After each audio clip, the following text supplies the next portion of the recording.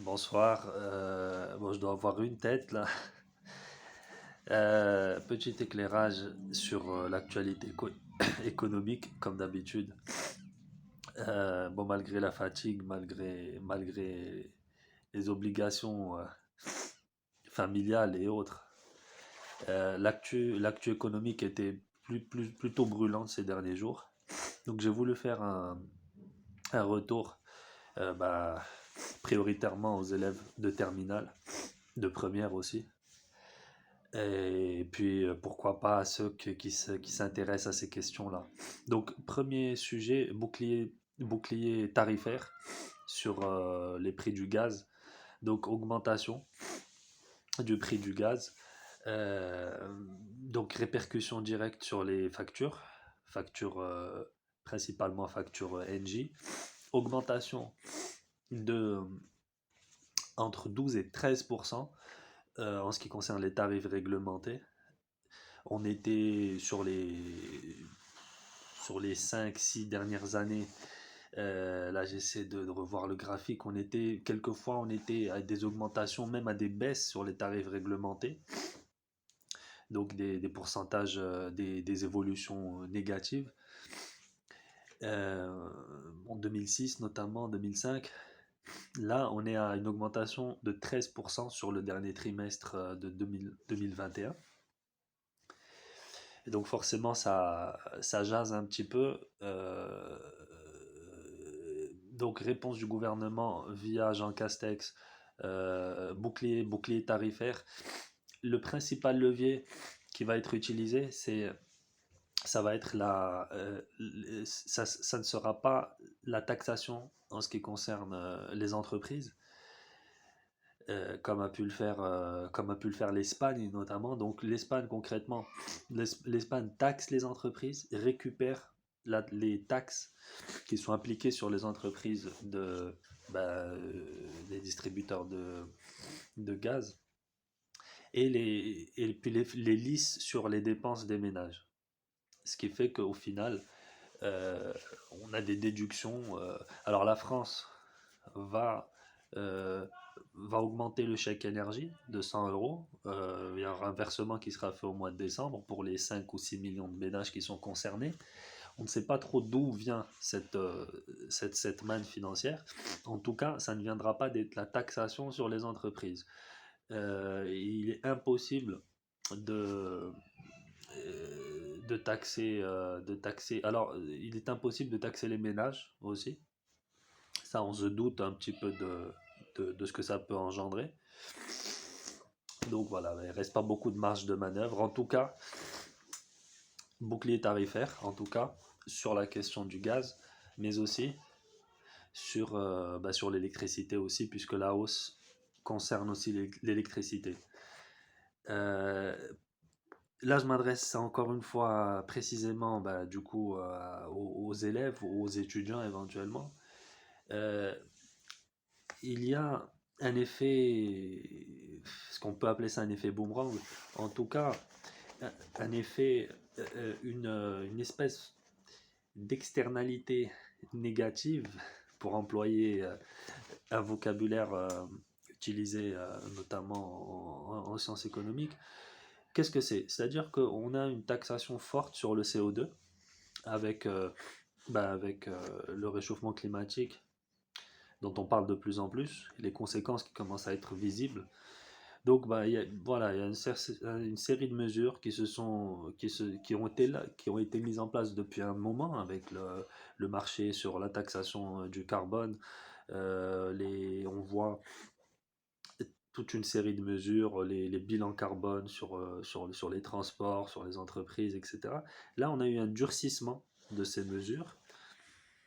Et là, paradoxalement, le durcissement de ces mesures forcément fait augmenter le prix du CO2. Or, la production de gaz, vu que la France importe plus de 90% de son gaz, parce que tout simplement en France, on n'a pas de gaz naturel. Vu que alors du coup, pour compenser la production de gaz, elle se fait via le CO2 ou via le charbon, via les énergies fossiles. Le problème, c'est que quand on taxe ces énergies fossiles, bah, leur prix augmente. Donc forcément, quand on veut fabriquer du gaz via des produits des dérivés, bah, ça coûte de plus en plus cher, ce qui aggrave la facture de gaz. Donc voilà, je voulais ouvrir cette petite fenêtre sur... c'est un peu... On voit que tout est interconnecté, et même quand on veut faire une bonne mesure, appliquer une bonne mesure, des mesures en faveur de l'environnement, on se retrouve, ben, finalement, l'économie, l'économie, c'est un peu une matière, un peu une discipline j'ai envie de dire, où les bonnes intentions ne payent pas toujours, vu cette interconnexion entre les différents compartiments d'une économie. Voilà, on ferme cette parenthèse.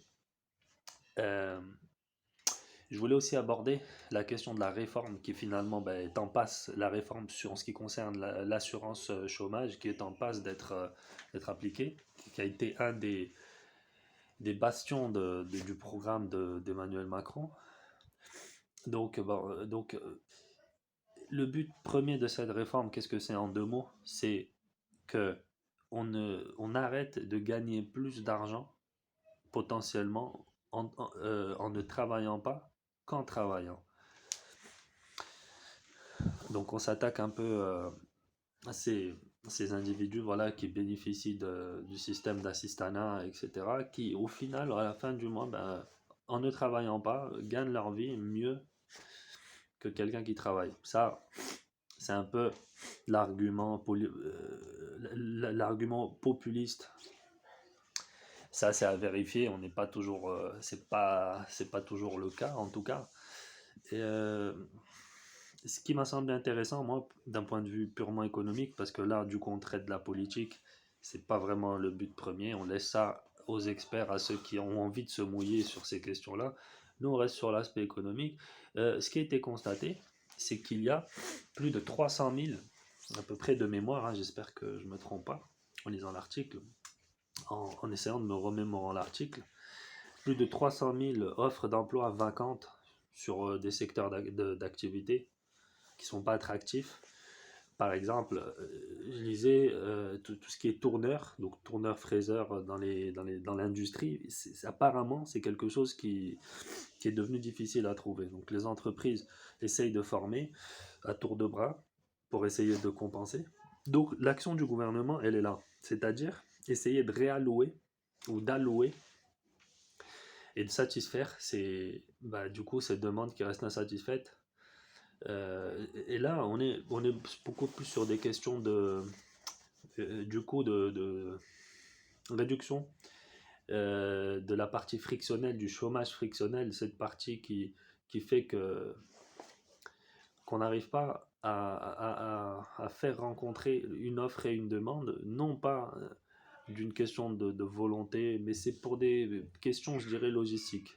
Éloignement de l'offre, de l'éloignement de la demande de travail par rapport à l'offre, un éloignement simplement géographique, ou quelquefois, ben, du coup, parce que on a des gens qui ont envie de travailler, qui sont là, qui sont prêts, qui sont disponibles, mais qui savent faire des choses qui ne sont pas demandées, requises par le marché du travail à un instant T. Donc on a un processus de destruction créatrice qui doit s'installer pour pouvoir réajuster, réadapter cette main-d'œuvre dormante.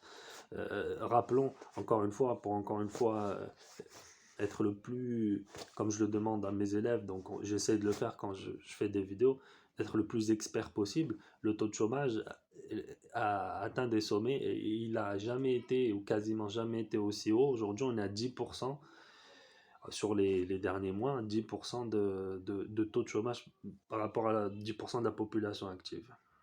Ce qui est beaucoup, ce qui est énorme.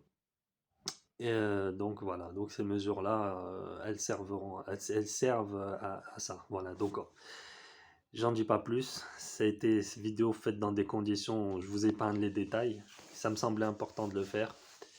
Je voulais partager avec vous, donc voilà. bah, merci pour ceux qui ont suivi jusqu'au bout. Et je vous dis à une prochaine fois pour d'autres éclairages économiques, socio-économiques.